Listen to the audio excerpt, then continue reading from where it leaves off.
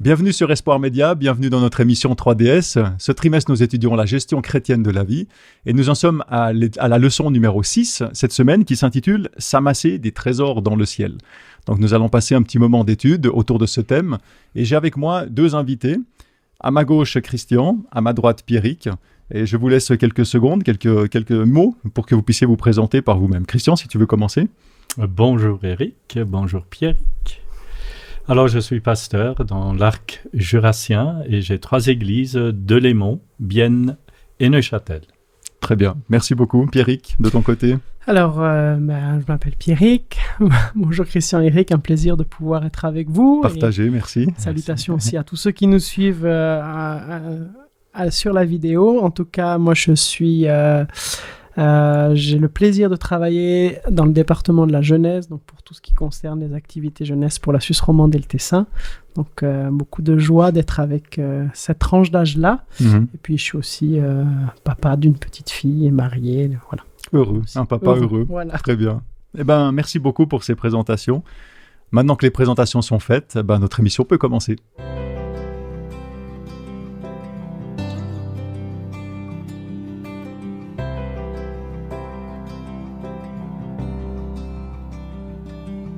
Alors j'aimerais commencer tout de suite avec une question. On va parler cette semaine, dans notre étude, maintenant on va parler d'investissement. C'est la thématique centrale. Alors j'aimerais tout de suite vous demander, qu'est-ce que c'est un investissement ? Et quel genre d'investissement vous avez peut-être déjà eu l'occasion de faire dans votre vie ? Pierrick ? C'est vrai que quand on parle d'investissement, de suite on est transporté dans le monde de la finance, dans sa connotation économique. Oui. Mais c'est vrai que c'est intéressant parce que dans le dictionnaire, on parle du côté économique, mais il y a beaucoup de choses qui vont dépasser ça.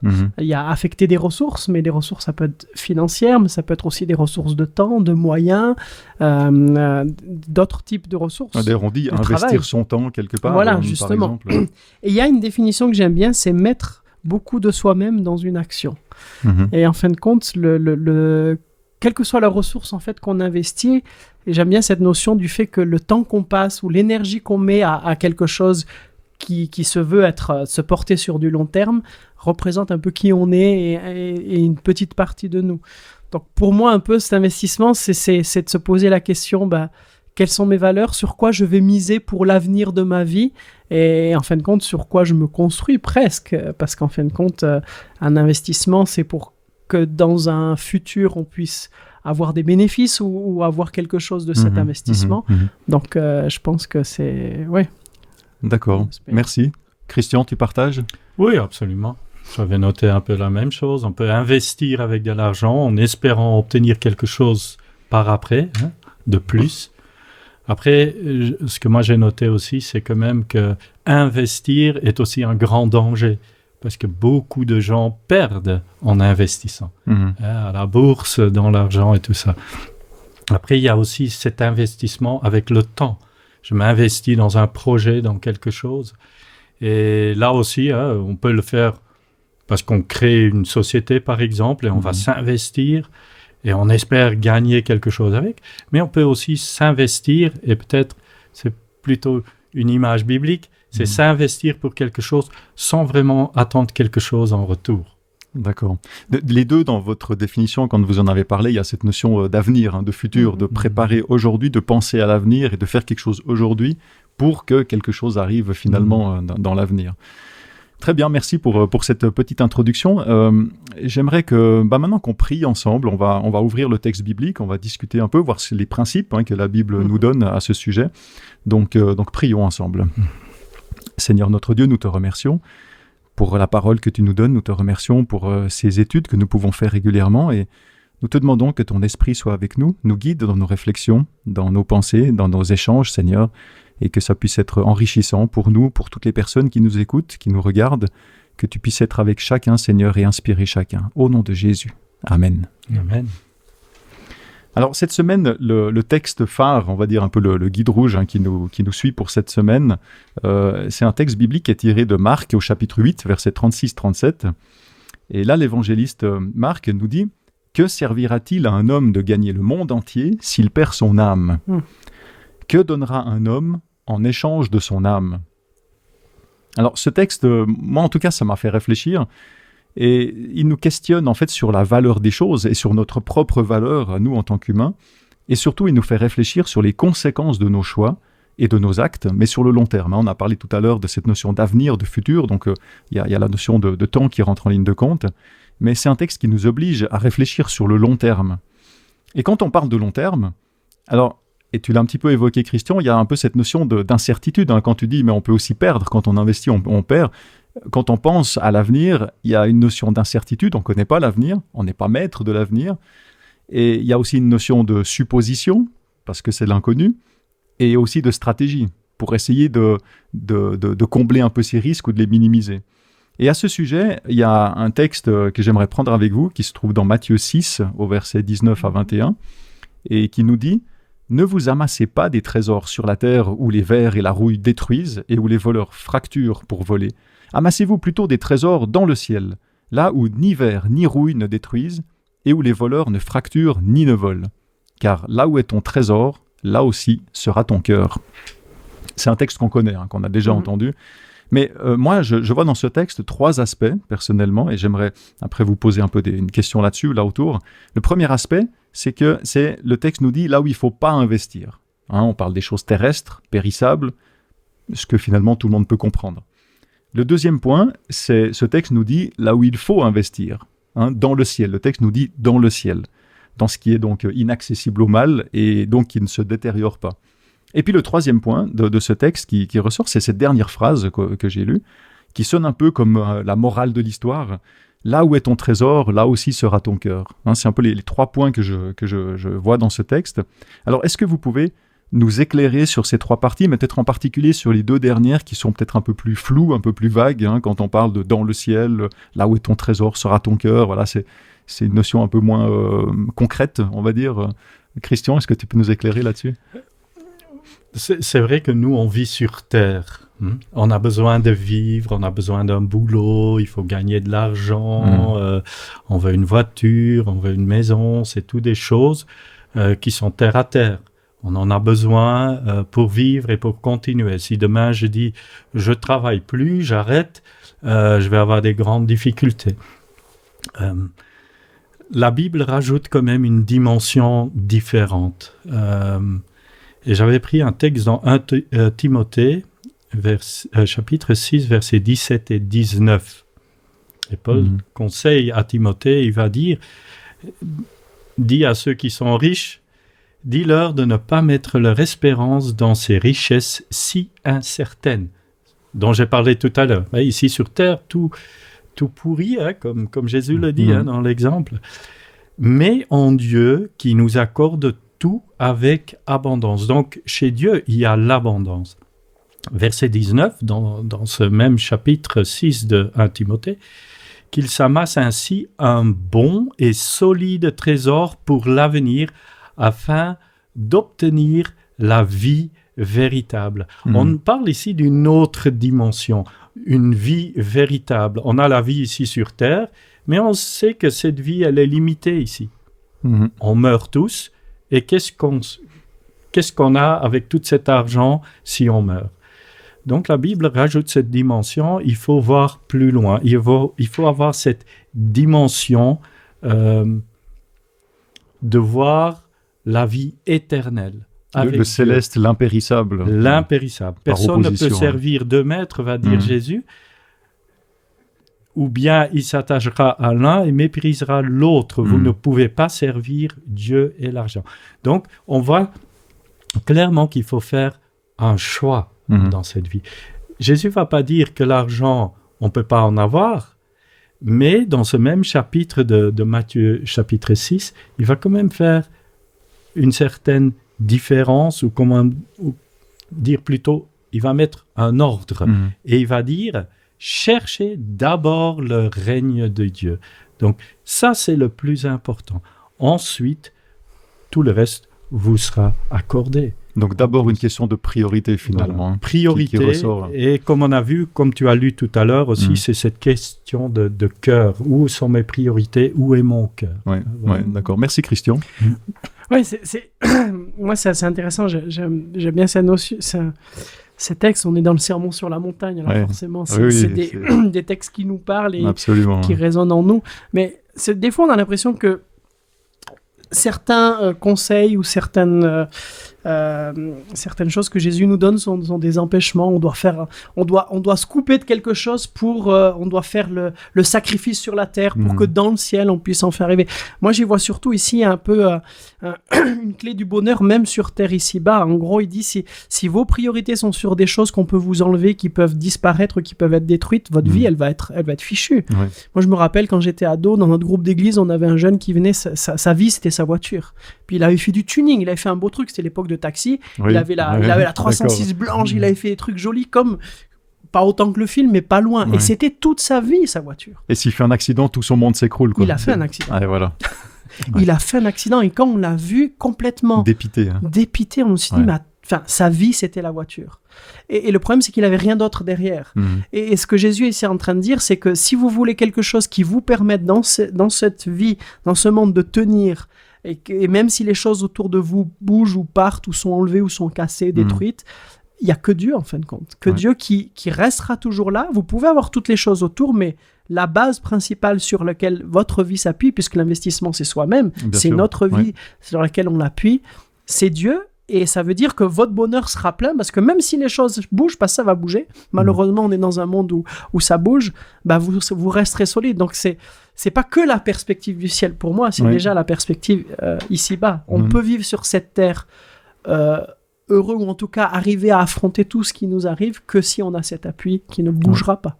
Et en introduisant la dimension divine, on comprend encore mieux la notion d'impérissable. Finalement, on se base sur Dieu, on fait confiance à Dieu. Très bien. Il y a un texte je passe dans l'Ancien Testament là maintenant, dans Genèse 6 au verset 5-14. Alors c'est le texte qui nous raconte l'histoire de Noé. Comment il a été amené à prendre une décision radicale, finalement, en pensant à l'avenir, quand Dieu lui dit de construire cette arche.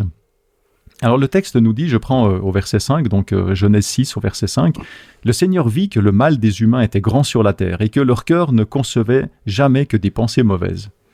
Le Seigneur regretta d'avoir fait les humains sur la terre et son cœur fut affligé. Le Seigneur dit, « J'effacerai de la terre les humains que j'ai créés, j'effacerai depuis les humains jusqu'au bétail, aux bestioles, aux oiseaux du ciel, car je regrette de les avoir faits. Mais Noé trouva grâce aux yeux du Seigneur. Et voici la généalogie de Noé. Noé était un homme juste et intègre parmi les nations de son temps. Noé marchait avec Dieu, nous dit le texte. Noé engendra 3 fils, Sem, Cham, Japheth. La terre était pervertie aux yeux de Dieu, la terre était pleine de violence. Dieu vit que la terre était pervertie, car tous s'étaient pervertis sur la terre. Alors Dieu dit à Noé, « La fin de tous est arrivée. Je l'ai décidé, car la terre est pleine de violence à cause d'eux. Je vais les anéantir avec la terre. Fais-toi une arche de bois de résine. Tu diviseras cette arche en cellules et tu la couvriras d'un enduit, au-dedans et au-dehors. » Voilà, on passe un petit peu les détails, mais ce texte, il est très important. Quand on lit ce texte aujourd'hui, finalement, on a l'impression que, avec toutes les milliers d'années de recul, on a l'impression que c'est normal. Voilà, il y avait un certain contexte, il y avait Noé qui était là au milieu, et puis Dieu lui dit de faire ça parce que Dieu a des plans. Et puis Noé, tiens, oui Seigneur, hop, il commence à construire son arche. Et voilà, on a l'impression que c'est fluide, que tout coule, que tout est normal. Mais en fait, on ne se rend pas compte, je crois. J'imagine le choix radical que Noé a dû faire. En plus, dans ce contexte, on connaît tous la pression sociale. Le choix qu'il a dû faire dans sa vie pour tout d'un coup se lancer dans la construction d'un bateau gigantesque. Et je rappelle encore qu'il n'y avait pas encore eu de pluie. Donc voilà. Hors de tout contexte logique de l'époque. Je pense que n'importe qui, en termes de logique humaine, aurait dit « Mais il est fou celui-là ». Quel est votre regard sur ce texte ? Finalement sur cette situation, sur la situation de Noé, ce que lui il a vécu et sur la décision qu'il a dû prendre. C'est vrai que souvent quand on lit ce genre de textes de grands personnages bibliques qui prennent des décisions ou qui ont des décisions de foi assez extraordinaires, on se dit est-ce que moi j'arriverai à faire la même chose, est-ce que si ça m'arrivait, d'ailleurs il y a un film qui a été fait, c'était Evan Tout-Puissant, où Dieu lui demandait à un homme politique de construire une arche. Alors il y a un but derrière, hein, et c'était rigolo de se dire dans notre société moderne, contemporaine, est-ce qu'on serait prêt à prendre le même genre de décision? Et des fois on sait pas trop parce qu'on n'a jamais été confronté à ce genre de décision. Tant qu'on n'est pas confronté, on sait pas trop. Et je pense que c'est pas la question qu'il faut qu'on se pose. C'est pour moi le verset clé qui nous aide à comprendre en fin de compte. Parce que souvent dans ces récits, on a le moment où Dieu appelle, Dieu demande, où ils sont confrontés à quelque chose, ils doivent se positionner pour Dieu. Et on n'a pas ce qui se passe avant. Là, on a juste un indice, il marchait avec Dieu, c'est le verset 9. Oui. Et donc, souvent, on se pose la question, est-ce que moi, j'arriverai à faire ça? En fin de compte, c'est pas cette question qu'on doit se poser. La question, je pense qu'il faut qu'on se pose chacun, c'est est-ce que j'essaie tous les jours de marcher avec Dieu? Est-ce que j'essaie d'entretenir cette relation qui, le jour où Dieu me demande quelque chose, ou le jour où quelque chose m'arrive, mon réflexe va être d'avoir l'habitude d'entendre sa voix ou de se tourner vers lui. Comme si c'est naturel, finalement. C'est une habitude de vie, c'est un principe de vie, c'est un compagnon de vie, on peut appeler ça comme on veut. Ça aurait été bien d'avoir un peu le détail de ce qui se passe avant, comment Noé y vivait. Ça, exactement. Mais c'est vrai qu'il y a cette notion, comme tu l'expliques, il y a cette notion de préparation. Et souvent, dans la préparation, alors il y a certains exemples comme Moïse, où on sait qu'il a été préparé pendant un certain nombre d'années, mais on n'a pas toujours cette vision sur la préparation ou le contexte de vie qui a fait que finalement Dieu appelle et l'humain répond, etc. Exactement. Merci pour ça. Christian, tu vas ajouter quelque chose? Oui, il y a aussi le texte dans Hébreux qui va dire c'est par la foi que Noé a fait ces choses-là. Oui. Après, il y en a plein d'autres qui vont être énumérés. C'est la foi qui est à la base de tout. Dieu lui demande quelque chose, donc il doit déjà accepter ce Dieu qui est quelque part dans le ciel. Et ensuite, Dieu demande quelque chose et il fait aussi une promesse. Déjà, d'abord, il dit, je vais détruire cette terre, donc il faut qu'il assume ça, Noé. Nous, c'est comme on a dit tout à l'heure, c'est comme si tout va tout seul, et si c'est normal et tout ça. Mais si quelqu'un vient te dire, tu sais, bientôt je vais détruire tout ici, commence à construire quelque chose. Après, ce que je trouve... Et parfois, on ne s'arrête pas sur ça, mais après, Noé, il va construire l'arche pendant 120 ans. 120 ans. Donc, pendant ces 120 ans, est-ce qu'il n'a pas eu des doutes? Est-ce qu'il ne s'est jamais demandé, oui, mais est-ce que c'est vraiment, il va vraiment le faire? Et est-ce que c'est maintenant pour la semaine prochaine ou est-ce que c'est pour dans un an? Nous aussi, on attend le retour du Christ. Est-ce que c'est pour dans un an? Est-ce que c'est pour dans 20 ans? Est-ce qu'on a cette foi de tenir? Lui, il va tenir 120 ans. Les gens qui se moquent de lui, qui rigolent, mais allez, qu'est-ce que tu fais, Noé? Reviens avec tes deux pieds sur terre. Voilà.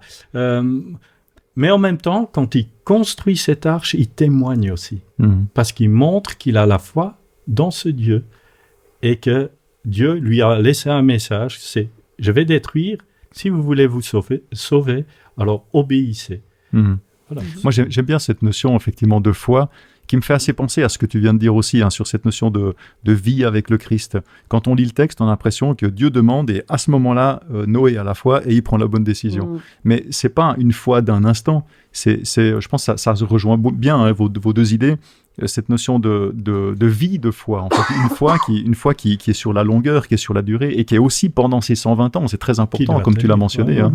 Donc, effectivement, c'est des choses qui peuvent nous faire réfléchir par rapport à nous, dans notre vie. Est-ce qu'on a la foi ponctuellement, ou est-ce que pour nous, avoir la foi, c'est vraiment dans la longueur? C'est pour ça que quand on lit le verset 8, il ne faut jamais oublier le 9. Il trouvera grâce aux yeux du Seigneur, on dirait presque la loterie. Bon, lui, il est sympa, je le prends. Voilà, alors ça. Non, parce qu'il marchait avec nous. Exactement, c'est toute une démarche, absolument. Alors, si j'avance un peu, chronologiquement, toujours dans le texte, dans le livre de la Genèse, mais un petit peu plus loin, on va parler d'Abraham, qui n'était pas encore Abraham, qui était encore à ce moment-là Abraham.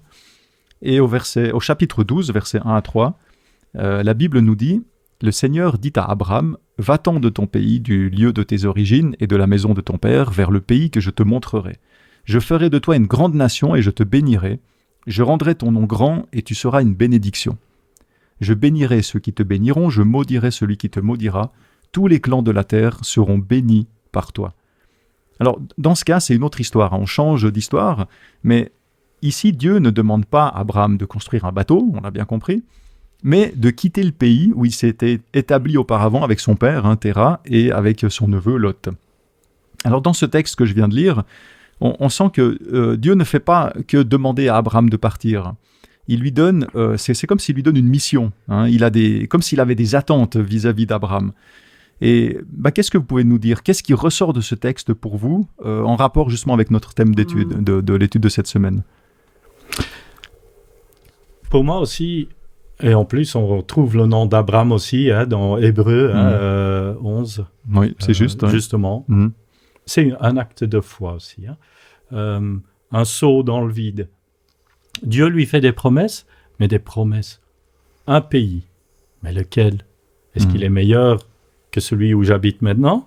On dit toujours on habite ici en Suisse, la qualité de vie est super. Si demain Dieu te demande, Eric, pars et quitte la Suisse, laisse tout derrière toi, la maison.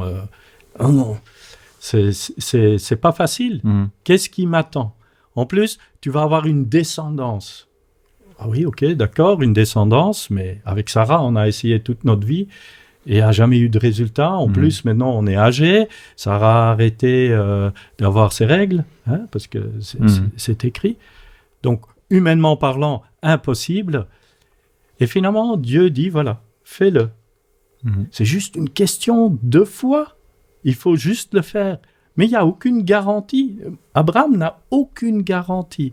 Si aujourd'hui, on me dit, pars, laisse tout derrière toi, mais je te mets 5 millions de francs sur ton compte, alors oui, alors c'est bien. Voilà. Alors je suis sûr. Et ici, on voit qu'Abraham, il a vraiment cette foi dans ce Dieu. Et il va mettre toute son espérance en lui. Et on voit aussi que pour Abraham, tout ce qui compte, c'est suivre Dieu. Et je trouve ça énorme. On peut souvent se poser la question comment il faisait. Ce qui rejoint aussi l'exemple de Noé avant, par rapport à cette foi qui est de toute une vie. Voilà. Déjà, il avait quitté Our en Chaldée avec son père, avec Lot. Il s'était déjà établi là, à Haran. Et puis, donc ça, c'était déjà une démarche de foi plusieurs années auparavant. Mais on voit que cette durée, il a construit quelque chose avec Dieu. On voit aussi que pour Abraham, l'argent ne compte pas. Ce qu'il a, il le laisse derrière lui, facilement. Nous, à l'époque, on a dû quitter notre maison en Belgique pour venir habiter en Suisse. Je me souviens très bien, le matin très tôt, quand on a quitté, je regardais la maison et je dis, voilà, au revoir, je commence une nouvelle étape. Je n'ai jamais regretté, je n'ai jamais eu des pincements de cœur pour dire, oh, je dois laisser la maison. Non, rien du tout. Abraham aussi, on le voit, on l'a vu dans la leçon 3 quand on a parlé de la dîme, que quand le roi de Sodome dit, voilà, rendez-moi les hommes et gardez tout. Et là, je trouve ça magnifique ce qu'Abraham répond, je lève la main vers le Seigneur, le Dieu très haut, qui produit le ciel et la terre. Je lève la main vers Dieu. Tout ce qui compte pour Abraham, c'est Dieu là-haut, dans le ciel. Amen. Belle parole. Ouais, voilà. Absolument. Quel exemple. Quel exemple. Ouais. Pierrick, tu veux ajouter quelque chose sur Abraham? Qu'est-ce que ça t'inspire? Je rejoins ce que vous dites. C'est vrai que c'est rigolo. Enfin, quand moi, je suis toujours impressionné par ces exemples-là, parce qu'on est dans une société où justement, on aime bien prévoir, planifier, où on sait où on va, on prévoit chaque étape. Et l'investissement, c'est essayer de prévoir un maximum d'étapes, d'avoir un maximum d'informations. Et parfois, on a tendance à faire ça dans notre vie avec Dieu, en disant, OK, Dieu, je veux m'engager, mais j'aimerais bien savoir comment. Ou alors, quand on a une demande envers lui, on aimerait qu'il résolve la demande de cette manière-là. Absolument. Et on laisse pas un peu le delta à Dieu. Ça nous arrangerait bien. Voilà. Et si tu pouvais résoudre ça comme ça serait quand même bien. Et en fait, il se lance dans des trucs avec un nombre incroyable d'incertitudes humaines. C'est-à-dire qu'Abraham ne sait pas où il doit aller. Alors, vous voyez, certes, il y a cette promesse. Heureusement qu'il y a la promesse peut-être pour adoucir le fait, tu vas, tu quittes tout ce lieu que tu connais, qui est beau, tes origines, etc. Puis va vers le pays que je te montrerai. Donc, je ne l'ai pas encore montré. Tu verras.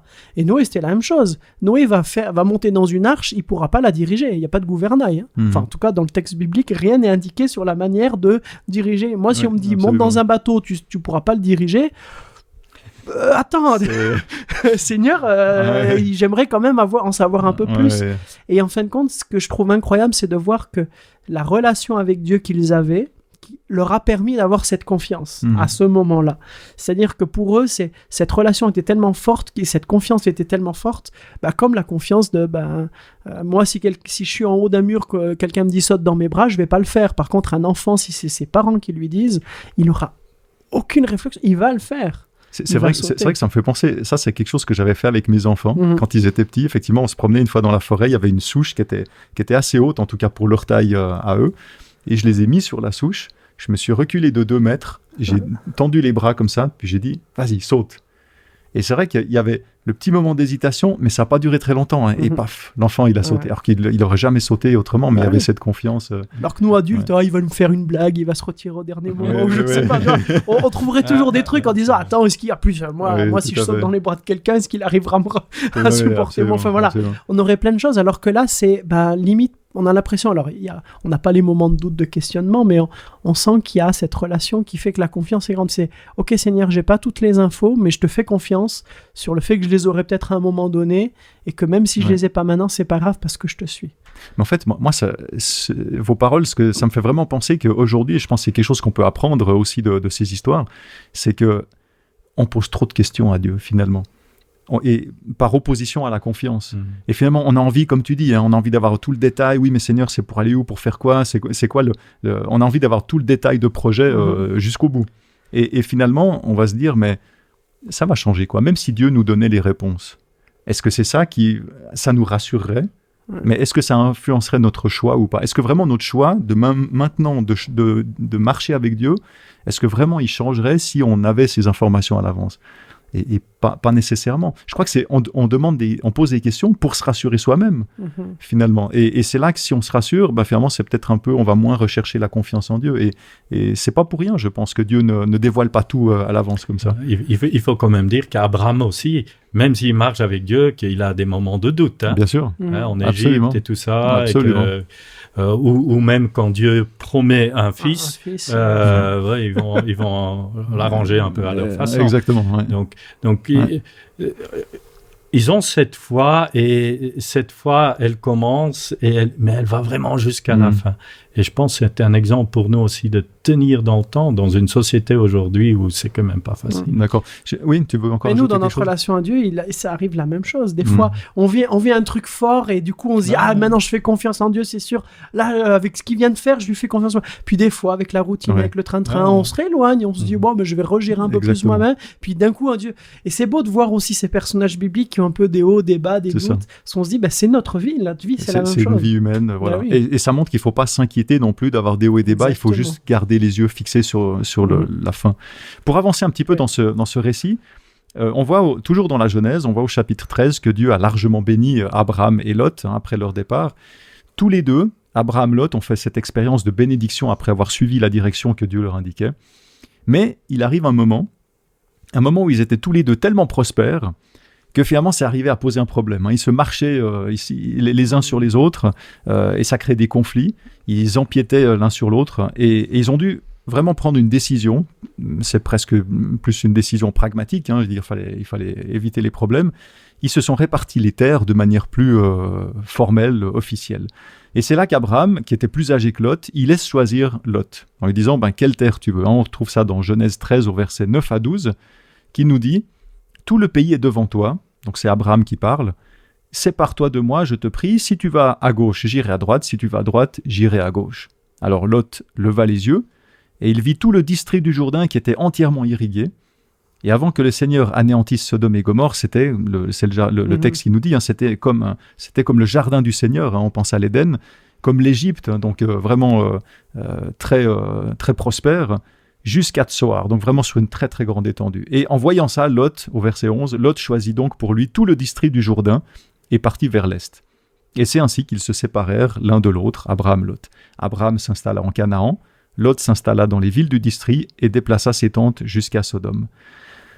Waouh, je ne sais pas si vous arrivez à vous imaginer un peu cette scène, mais avec du recul, qu'est-ce qu'on peut dire sur le choix de Lot? Finalement, est-ce que c'était un bon choix au final? Et qu'est-ce qu'on peut dire sur sa motivation en faisant ce choix? Moi, je trouve qu'il y a deux aspects qui, moi, m'interpellent. Effectivement, tu l'avais dit, Abraham était plus âgé. Donc, si on a de l'amour fraternel les uns pour les autres, tu te dis, attends, si moi je prends ça, ça veut dire que je lui laisse ça. Puis il est plus âgé que moi, donc qu'est-ce qui va... Enfin, ça va être beaucoup plus dur pour lui. Enfin, si je me fais du souci, si j'aime l'autre, je me fais du souci pour lui. Donc, ça, c'est peut-être le premier élément. Ça fait un peu égoïste. Alors, déjà l'amour, mais aussi la question culturelle. À l'époque, en plus, ça se faisait pas de... Voilà, il y avait le respect qui était pour plus aîné, plus grand. Absolument, effectivement, il y avait une forme de respect beaucoup plus fort. Donc, il y a une forme d'égoïsme, effectivement, là-dedans, dans le fait de se dire, je vais prendre les meilleures terres pour moi. Mais moi, ce qui me marque particulièrement, c'est que souvent dans la Bible, quand il y a des choix difficiles à faire, des moments où les gens se retrouvent à un croisement des chemins, il y a un temps pris avec Dieu. On demande à Dieu, on consulte Dieu, on prie Dieu. Enfin, il y a plusieurs endroits dans la Bible de personnages qui vivent ces situations-là. L'autre, à aucun moment, nous dit qu'il demande à Dieu quel est le meilleur choix. C'est-à-dire que moi, si je suis à un croisement de ma vie, soit j'implique Dieu à ce moment-là, mais après, après, je peux pas le lui reprocher. Je me rappelle une fois, je discutais avec un ami qui avait fait un choix de métier, et je savais clairement que c'était pas son choix de métier, et puis quand il disait mais c'est dur, je comprends pas, j'ai l'impression que Dieu me bénit pas, je lui dis mais est-ce que tu lui as demandé avant de choisir? Est-ce que tu as inclus Dieu dans ta vie avant la décision? Il me fait non, je choisis, Dieu me bénit. Et tu as envie de dire oui, mais comment tu peux reprocher à Dieu de pas être là, sachant que tu l'as pas inclus au départ? Sûr. Et là, on a l'impression, alors le texte le dit pas, on a l'impression que Lot n'inclut pas Dieu et se dit, bon, je choisis un peu égoïstement en plus avec ce contexte. C'est vrai que c'est très pertinent parce qu'on est les premiers, et je parle pas de nous en tant que chrétiens ou en tant qu'adventistes, mais même dans la société en général. Les gens, ils sont très sceptiques par rapport à Dieu, ceux peut-être qui croient pas et qui ont tendance effectivement à faire des reproches à Dieu, mais quelque part, c'est pas Dieu le responsable de leur propre choix, ils ont pas intégré Dieu. C'est quelque chose qui est très pertinent et c'est un élément de réponse, je pense, qu'on pourrait donner à beaucoup, qui est... Absolument. Et toi, Christian, tu veux commenter quelque chose là-dessus? Lot choisit la facilité. Il n'est pas dans cette foi, comme tu dis, et comme on voit avec Abraham. C'est que Abraham, sans doute, quand il est parti, Lot est venu avec. Il savait pourquoi ils sont partis, parce que Dieu lui a promis une terre. Et peut-être Lot, il s'est dit, voilà, ça ressemble à Éden, il sait, parce que l'auteur le dit, Donc, il dit, voilà, on a été chassé d'Éden. Moi, j'aurais choisi Éden. J'aurais pas beaucoup de soucis. J'aurais la vie facile, tranquille. Et dans notre société, on est souvent tenté par cela. Un bon métier, gagner beaucoup d'argent. Voilà, ma vie est tranquille. Je pourrais tout me permettre. Pourtant, le texte va dire, verset 13, « Les gens de Sodome étaient très mauvais et pécheurs envers le Seigneur. » On voit tout de suite le mauvais choix. On voit ensuite aussi que quand il est parti vers l'est dans la Bible, souvent c'est un signe de détourner le dos à Dieu. Aussi partir dans la vallée ou monter dans la montagne, c'est aller vers Dieu. Donc on a cette sensibilité aussi, cette notion. Ensuite, Dieu, tout de suite, il va promettre à Abraham, t'inquiète pas, tout ce que tu vois ici, du nord au sud, de l'est à l'ouest, tout sera pour toi. T'inquiète pas. Ce que je trouve intéressant aussi, c'est que Lot, il n'apprend pas grand-chose. Parce que quand Dieu va détruire Sodome et Gomorrhe, les deux messagers vont dire, mais non, vous allez courir et vous allez vous réfugier en montagne. Et vous savez la réponse de Lot. Non, mais envoyez pas en montagne. Les anges ou les messagers vont dire quittez cette plaine. Tu en as parlé tout à l'heure. Quittez cette région ici. Et lui, il dit oh non, je t'en prie, Seigneur. Moi, ton serviteur, j'ai trouvé grâce à tes yeux et tu as montré une grande fidélité envers moi et en me conservant la vie. Mais je ne peux pas, moi, me sauver vers la montagne sans que le malheur s'attache à moi. Je vais mourir autrement. Donc, là, il y a une petite ville, laisse-moi aller dans cette petite ville. Pour faire le contraste avec la grande ville Sodome, non, ok, grand péché, petit péché, mais laisse-moi aller là. Laisse-moi aller là. Et quand on a ce mot de quitter le cercle, la plaine, le mot qui est utilisé en hébreu, c'est danser, ou ça a la notion d'un cercle. Et ça, je trouve intéressant. Dans notre vie, Dieu nous demande parfois de quitter notre cercle. on aime bien être dans notre cercle. Lot aimait bien être dans son cercle. Un peu qui donne la sécurité. Sécurité, tout est bien. Et dans notre vie, parfois, il faut sortir du cercle. Et là, les messagers disent, quitte ce cercle, quitte cette région pour aller en montagne, pour aller vers Dieu. Et Lot, non, je préfère aller en ville. Mais c'est vrai qu'on voit vraiment, dans ce que tu racontes, on voit vraiment ce contraste entre Abraham et Lot. Il y a cette notion effectivement, Dieu appelle Lot et lui dit de partir. Et pourtant, c'est Dieu qui l'appelle.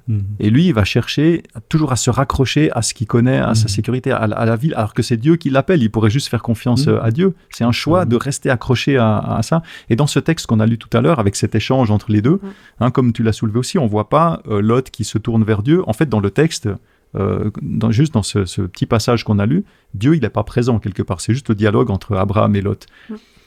Et moi, je me dis, c'est quand même étonnant qu'Abraham il ait fait cette proposition à Lot. Et en fait, ce que ça témoigne pour moi, c'est qu'on voit bien que pour Abraham, c'est égal où il va. Parce qu'il sait que Dieu est avec lui. Il sait qu'il sera béni. Il sait parce que j'aille là ou que j'aille là, Dieu il va me bénir. Ce sera différent, mais Dieu il sera toujours là. Et c'est ça qui est important. On voit que Abraham il marche avec Dieu. Donc je mets juste en évidence ce contraste dont vous avez parlé pour voir les démarches différentes. Alors jusqu'à maintenant, c'est vrai qu'on a parlé de Noé, on a parlé d'Abraham, et j'aimerais aussi parler un peu du cas de Jacob. Dans Genèse 27, on reste toujours dans le livre de la Genèse, dans Genèse 27, on lit qu'Isaac, donc le père de Jacob, était sur le point de bénir son fils aîné Ésaü, le frère de Jacob donc, et Rebecca, la femme d'Isaac et mère d'Ésaü et de Jacob, elle a eu vent, elle a entendu que cette intention d'Isaac, mais elle voulait que ce soit Jacob qui reçoive la bénédiction de la part d'Isaac. Alors, en l'absence d'Ésaü, Rebecca, elle est vite allée vers Jacob, et l'a incité à se faire passer pour Ésaü pour que lui reçoive la bénédiction à la place de son frère. Et Jacob va accepter cette entourloupe, on peut dire ça comme ça, et il va tromper son père en se faisant passer pour son frère, pour Ésaü, et il va recevoir la bénédiction qui était normalement pour Ésaü. Et on peut dire dans ce texte que Jacob a misé sur la tromperie finalement. Il a fait un investissement d'une certaine manière où il a dit « Ok, je vais faire ça pour, après à l'avenir, avoir quelque chose ». Il a misé sur la tromperie pour obtenir ce que sa mère voulait. Et probablement lui aussi, je pense qu'il aurait tout de suite arrêté et dit non si ce n'était pas le cas. Alors c'est vrai que suite à cet épisode, son frère Ésaü lui en a voulu à mort, ce qui a obligé Jacob de partir, il s'est exilé. Et au final, on voit, quand on prend plusieurs chapitres plus loin, dans Genèse 32, au verset 29 en particulier, on voit que Dieu, il a quand même béni Jacob, malgré le chemin très tortueux par lequel il est passé, malgré ses choix qui étaient plus que discutables. Alors finalement, cette histoire nous montre qu'on peut quand même être béni, même si on fait des mauvais choix, non ? Oui, mais il en a quand même payé les conséquences. Il a dû vivre quand même, je crois que c'est une vingtaine d'années loin de sa mère, sans revoir sa maman. Et il n'a plus jamais revu sa mère. Ouais, voilà. Donc, absolument. Je veux dire, devoir s'exiler, ça veut dire vivre dans la peur, dans la crainte de son frère. Donc, je veux dire, les relations quand même, la relation filiale, c'est une relation qui est forte, de se dire j'ai peur de mon frère, je dois partir, j'ai peur qu'il me tue. C'est vivre dans une vie où on n'aimerait pas vivre dans cette situation-là. Donc c'est difficile. Je pense que on voit la finalité parce qu'on voit tout le parcours de Jacob, mais il y a son... ça aurait été bien d'avoir toutes ces discussions avec Dieu, et ça, je pense qu'à un moment donné, voilà, il y a sa repentance, sa prise de conscience de ce qu'il a fait, mais il a quand même dû assumer pendant longtemps les conséquences, parce qu'on aura envie de dire « Oh Seigneur, je te demande pardon, donc maintenant vite reviens, enlève les conséquences des choses. » Des fois, oui, Dieu va nous bénir, ou Dieu nous bénit et est tout le temps présent avec nous, mais parfois, Dieu est présent dans les conséquences des choix qu'on a fait. Oui, ça aussi, c'est pas toujours évident. Tout à fait, ce serait trop facile autrement. Mais disons qu'on reste dans un monde qui va pas bien, et les conséquences, elles sont là, elles sont bien réelles. Mais ça montre qu'il y a quand même si on fait des erreurs, Dieu est là, et on peut toujours revenir à lui et communiquer. Enfin, je veux dire, juste après qu'il soit parti, c'est là où il aura le songe avec l'échelle, etc. Donc, ça montre qu'il y a quand même cette ouverture à Dieu, cette relation, et je pense qu'on n'a pas comme le psaume 51 de David, où là, vraiment, il demande pardon, il fait la repentance et tout par rapport à ce qu'il avait fait. Mais ça aurait été bien de voir un peu la repentance de Jacob, d'avoir tout ça. Enfin, moi, je crois que, voilà, avoir vécu toutes ces conséquences, toutes ces difficultés, et de voir que Dieu, il n'y a pas de situation trop compliquée qu'il ne sache, auquel il ne sache faire sortir du bien de ça. Donc. Mais c'est vrai que d'autant plus que c'est justement quand il y a un creux, c'est-à-dire quand on fait un mauvais choix, puis même des fois délibérément, mais c'est quand on est dans ce creux qu'on voit vraiment l'attitude de Dieu qui va encore venir nous repêcher de là. Au lieu de se dire, t'as fait ton choix, voilà, tant pis, tu assumes, voilà. C'est la parabole de la brebis perdue, finalement. C'est Dieu va laisser les 99 autres, 99 pour les Français, va laisser les 99 autres pour aller chercher celle qui s'est perdue. Et là, ça montre bien ce côté de bénédiction. Dieu, il veut bénir. Même si on fait des mauvais choix, il veut bénir. C'est nous qui freinons ces bénédictions. Mais Dieu, il est toujours derrière pour essayer de faire ce qu'il peut. Merci pour d'avoir mis ça en évidence. Et toi, Christian? Oui, un Jacob, il marche avec la tromperie, il sera trompé aussi, et il va porter les conséquences de ses choix qu'il a fait. Maintenant, pour moi, Jacob, il marche avec le doute.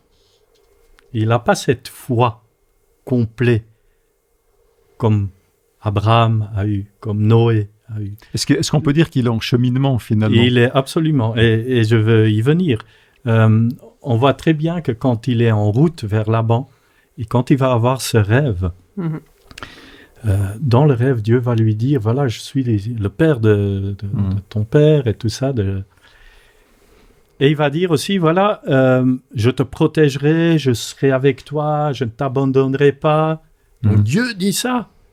Et Jacob, il va dire, quand il se réveille, vraiment le Seigneur est dans ce lieu-ci.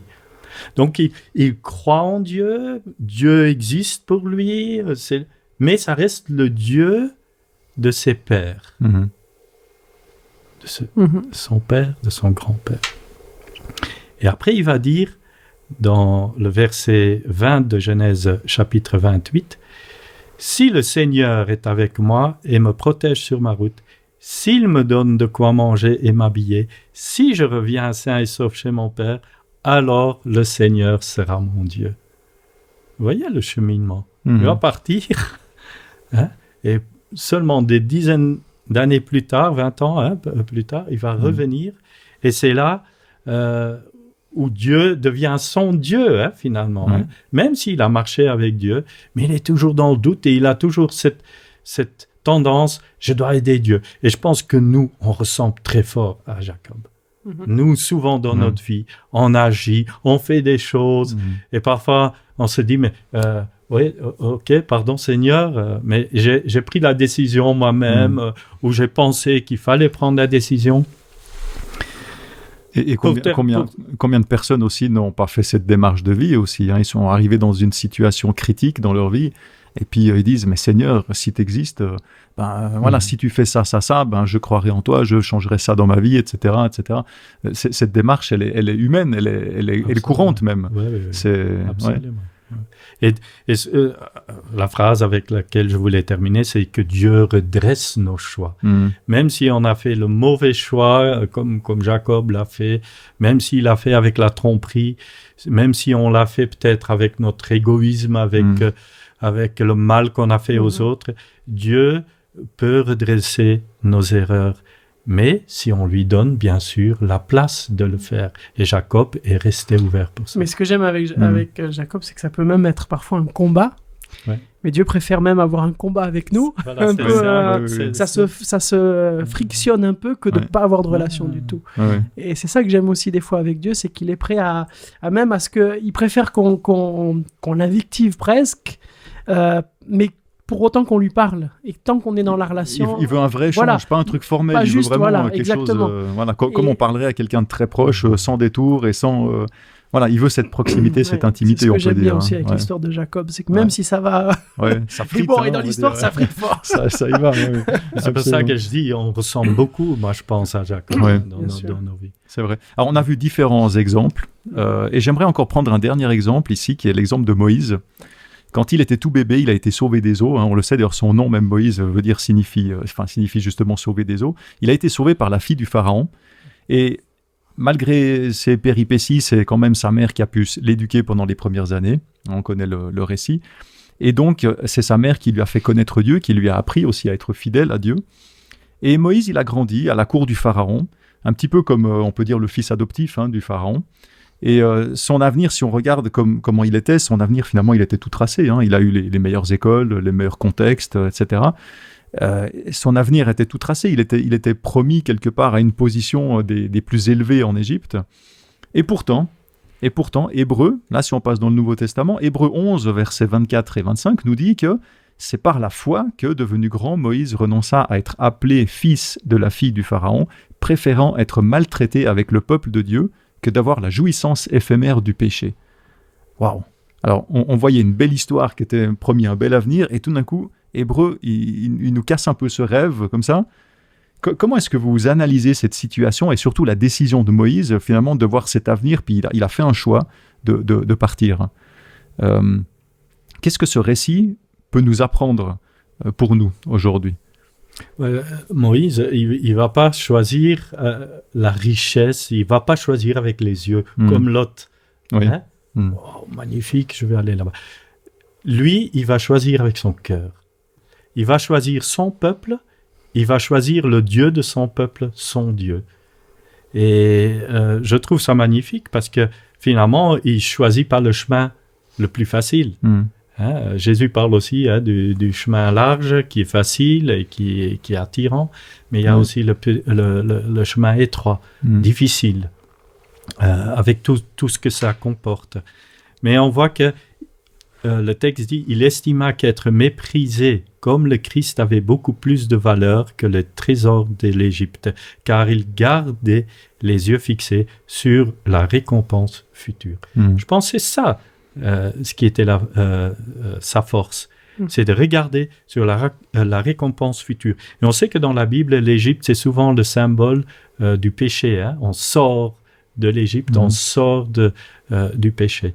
Nous aussi, on doit sortir de nos tendances pécheresses. Dieu nous appelle à sortir, de faire le choix et de regarder vers le futur. En fait, Moïse est aussi un peu l'exemple de Jésus. J'avais pris le texte de Philippiens chapitre 2. Ayez entre vous les dispositions qui sont en Jésus-Christ. Il s'est abaissé lui-même en devenant obéissant jusqu'à la mort. Lui, il avait tout. Jésus avait cette richesse dans le ciel, il avait tout. Mais il a tout laissé. Il n'a pas choisi le chemin facile, mais il est venu avec un seul objectif, c'est nous sauver. C'est à nous de prendre ce chemin aussi qui nous est ouvert. C'est très inspirant. Très inspirant. Et ce texte, d'ailleurs, j'invite tous ceux qui nous écoutent, mais ce texte de Philippiens 2, il est juste magistral. C'est absolument. Tu veux ajouter quelque chose, Pierrick? Oui, on peut dire de rajouter après, mais c'est vrai que moi, l'exemple de Moïse, je trouve qu'il nous parle beaucoup aujourd'hui parce que, il peut très bien se rapporter aujourd'hui. Moïse aurait pu être un enfant adopté d'un milliardaire avec une situation. Je veux dire, c'est tout ce que tout le monde, tout ce que la société a l'air de rêver au quotidien, lui l'avait et il pouvait vraiment se dire de toute façon, je vis bien. Ça casse tous les codes de l'époque, tous les critères de réussite. C'est comme si quelqu'un était enfant de milliardaire ou enfant adopté milliardaire, disent je renonce à tout, je décide de partir. On lui dirait tous, mais faire du bénévolat dans une ONG, à l'autre bout du monde. Et puis exactement, fais quelque chose et puis prends-moi. Et lui est prêt à renoncer à tout parce qu'il montre que si Dieu est notre priorité et celui en qui je mets toute ma valeur et tout mon être, bien sûr que je peux avoir des bénédictions comme Abraham, des bénédictions matérielles. Mais en fin de compte, comme nous montre Moïse, je suis prêt à toutes les perdre parce que je sais que la vraie richesse, le vrai bonheur n'est pas là. Et ça, c'est pas évident parce que cette confiance en Dieu qui agissent malgré tout, quoi qu'il arrive, ça se construit aussi. Des fois, peut-être à un instant T, la confiance n'est pas trop forte, on a besoin de... Mais ça se nourrit dans la relation et dans le temps. Et ça, c'est aussi important. On va rester sur ce terme de relation qui est pour moi, je crois, un des mots-clés, on va dire, de notre étude. Alors, c'est vrai que pendant notre étude, là, on arrive gentiment au bout. On a passé en revue plusieurs personnages de l'Ancien Testament. Je me suis fait la réflexion en préparant ça, je me dis mais c'est dommage qu'on n'ait pas aussi vu des textes ou des personnages du Nouveau Testament. Mais bon, c'est comme ça, on n'a pas le temps pour ça, peut-être dans une prochaine étude. Mais en réfléchissant, et pour conclure maintenant, en réfléchissant à cette étude, j'aimerais que vous nous donniez encore un mot, que vous partagiez quelques mots, une phrase sur ce qui est pour vous le plus important, ce que vous avez retenu, avec quoi vous repartez de cette étude finalement. Qu'est-ce que vous retenez ? Qui veut commencer, Christian ? Ouais, moi je dirais, je prends l'exemple, moi je reste sur Hébreux 11, parce qu'il y a tous ces personnages qui sont nommés, et verset 16, mais en fait ils aspirent à une patrie supérieure, c'est-à-dire céleste. Et même si nous on vit terre à terre ici aujourd'hui, sur cette terre, on doit apprendre à avoir cette vision vers le ciel. Et faire comme les autres, et on a eu ces exemples, chez les uns ça allait facilement, chez d'autres c'était plus difficile, on a nos doutes, mais Dieu nous laisse jamais tomber, et je pense que ça c'est très important aussi. Amen, merci. Et Pierrick ? Moi il y a un psaume que j'aime bien, qui m'est revenu en faisant cette leçon, c'est le psaume 37, « Fais de l'Éternel tes délices et il te donnera ce que ton cœur désire ». Et j'aime bien parce que c'est pas juste force-toi à être tous les jours en relation, remplis ta liste, ça j'ai fait ma prière, j'ai lu de ça, j'ai fait ça. Non, prends du plaisir à être avec Dieu, à vivre avec lui, que ça soit ton délice de chaque jour. Et en fin de compte, il te donnera ce que ton cœur désire, c'est que des fois on croit qu'on a besoin de choses, et en fait on n'en a pas besoin. Comme l'autre qui croyait qu'il avait besoin de ce terrain-là plutôt dans la plaine, et en fin de compte, lui c'est vraiment ce que notre cœur désire, ce que notre cœur aspire au plus profond, que des fois on s'avoue même pas à nous-mêmes, et que en fait ça vient simplement en faisant l'Éternel nos délices, et il va s'occuper du reste. De lâcher un petit peu tout le faire pour s'attacher un peu plus au cœur et à la relation finalement avec Dieu. Merci beaucoup pour ces conclusions, pour cette étude, pour les échanges, et j'espère que vous aussi vous avez eu du plaisir, que ça vous a enrichi personnellement, et en tout cas je prie pour ça, et n'hésitez pas à vous abonner si vous n'êtes pas encore abonné à cette chaîne, n'hésitez pas aussi à partager, peut-être que d'autres personnes que vous connaissez seraient intéressées, seraient interpellées par ces échanges, et il ne me reste plus qu'à vous souhaiter une très bonne semaine et à vous donner rendez-vous la semaine prochaine. À bientôt, merci.